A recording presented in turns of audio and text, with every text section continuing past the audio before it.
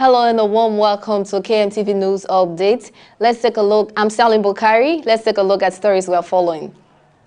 The National Health Workers Union of Liberia has threatened to stay away from work if the government of Liberia does not pay salaries owed health workers for the months of July and August. At a press conference on Wednesday, the group, through its Secretary General George Williams, outlined a series of recommendations and said, when not met, 11,000 members of the union across the country will lay down their tools. Chief among the recommendations include the increment of budgetary allotment for the health sector to provide adequate medical and laboratory supplies and increment of health workers' salaries across the country.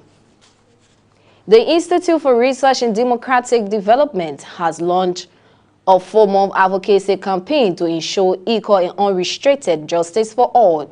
A key component of this project is monitoring the performance of justice and security institutions actors, their investigative processes, actions and inactions, particularly magisterial courts, circuit courts, and police stations in low-fi Grangeded and Moserado counties. And President George Weah has forwarded to the plenary of the House of Representatives a communication seeking the approval of that August body to print a new Liberian banknotes.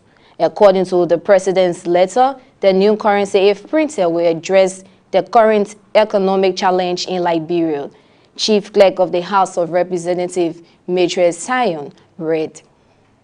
I have the honor to inform you that I have received communication from the Central Bank of Liberia advising that the economy may be seriously affected due to the unaccounted local currency infused in the economy that is causing high inflation, and has recommended the printing of new local currency to replace existing ones.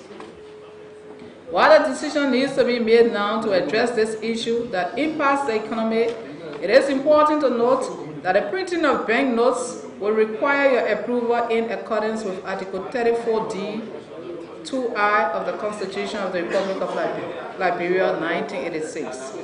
In view thereof, I have advised the Executive Governor to seek the opportunity to discuss this matter with you and your appropriate committees as you would dictate. It is my fervent hope that you can agree on a way forward to enable the CBL to move forward in a timely manner to conclude arrangements for printing of the currency. Please accept, Honorable Speaker and members of the House of Representatives, the sentiments of my highest consideration and esteem. Sincerely, George M. Weah, Sr. And with that, we'll come to the end of KMTV News Update. For more news and information, log on to www.kmtvliberia.com. I'm Salim Bukhari. Thanks for watching.